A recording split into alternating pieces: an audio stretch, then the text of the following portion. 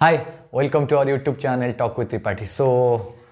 आज एक नया वाला एपिसोड में मैं आपको स्वागत करता हूँ आपका चैनल पे।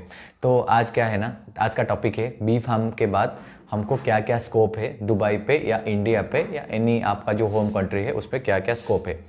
देखो, बेसिकली हम फार्मा का बैकग्राउंड का है, ठीक है। तो फार्मा बैकग्राउंड मीन्स हमारा फास्ट स्कोप फार्मासिस्ट ही बन सकते हैं।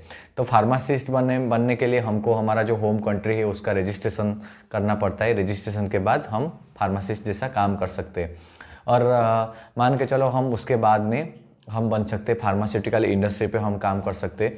फार्मास्यूटिकल इंडस्ट्री के लिए हमको क्या करना पड़ेगा, फार्मास्यूटिकल इंडस्ट्री में 3 डिपार्टमेंट रहता है। जैसे R&D रहा, लाइक F&D रहा, और QA QC एंड प्रोडक्शन और पैकेजिंग में रहता है। और आपको जो कि प्रोडक्शन में क्या करता है, जो ड्रग मैन्युफैक्चरिंग होता रहता है वही ड्रग मैन्युफैक्चरिंग के लिए वो प्रोडक्शन डिपार्टमेंट में आता है। और QA के लिए क्वालिटी एश्योरेंस डिपार्टमेंट रहता है। जैसे प्रोडक्शन वालों ने सही से काम कर रहे कि नहीं कर रहे वो सब चेक करने के लिए QA होता है। और QC quality control department. Quality control में क्या होता है, जैसे मेडिसिन बनाया उसका सही से बनाया हुआ है कि नहीं हुआ है, और हम उसका मतलब स्टेन कितना है, और माइक्रो बायोलॉजी मतलब कितना कितना माइक्रो ऑर्गेनिज्म ग्रोथ हुआ है कि नहीं हुआ है, वो प्रोसेस फॉलो होके हुआ है कि नहीं हुआ है, वो सब चेक होता रहता है। वो QC का गया। और पैकेजिंग में क्या होता है ना, पैकेजिंग में वो प्रोडक्ट बन गया और QC भी अप्रूवल हो गया तो उसके बाद में हम उसको पैकेजिंग को दे देते हैं। और वो एक डिपार्टमेंट होता है। आप भी पैकेजिंग का ऑफिसर बन सकते हो जैसे बी फार्म होने के बाद। और उसके बाद में आप का मान के चलो आप मेडिकल रिप्रेजेंटेटिव भी बन सकते हो फार्मेसी के बाद, क्योंकि बहुत सारे स्कोप है मेडिकल रिप्रेजेंटेटिव और अच्छा सैलरी भी मिलता है। और थर्ड फोर्थ ऑप्शन से आप चाहो तो लेक्चर बन सकते हो। लाइक M.Pharm के बाद आप लेक्चरशिप करना चाहते हो तो बी फार्म के बाद आप M.Pharm करोगे।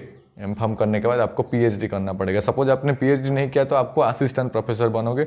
सैलरी थोड़ा लेस रहेगा, बट PhD आपको हो गया तो आपको सैलरी अच्छा सैलरी मिल जाएगा और अच्छा कॉलेज में आपको जॉब मिल जाएगा। और उसके बाद में हम CRA बन सकते हैं, क्लिनिकल रिसर्च एसोसिएट।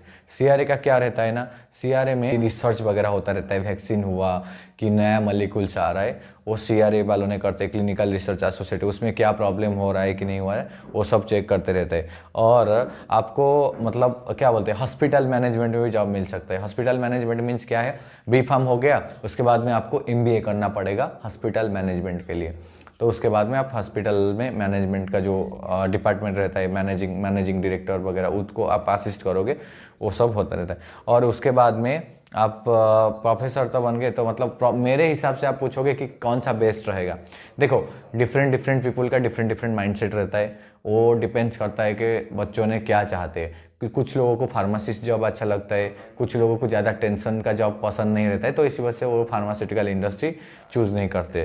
तो कुछ लोगों को साइंटिस्ट बनना है तो वो R&D चूज कर सकते हो, जैसे जूनियर साइंटिस्ट सीनियर साइंटिस्ट जैसे बन सकते हो रेपुटेशन के लिए। और प्रोफेसर तो जिसको पढ़ाना अच्छा लगता है तो वो प्रोफेसर भी बन सकता है। तो यही है। तो आपको कौन सा प्रोफेशन अच्छा लग रहा है तो कमेंट सेक्शन में बताइए। और आपको अच्छा लगा तो वीडियो लाइक कीजिए, शेयर कीजिए और कमेंट कीजिए आपका फ्रेंड लोगों के साथ। तब तक के लिए बाय।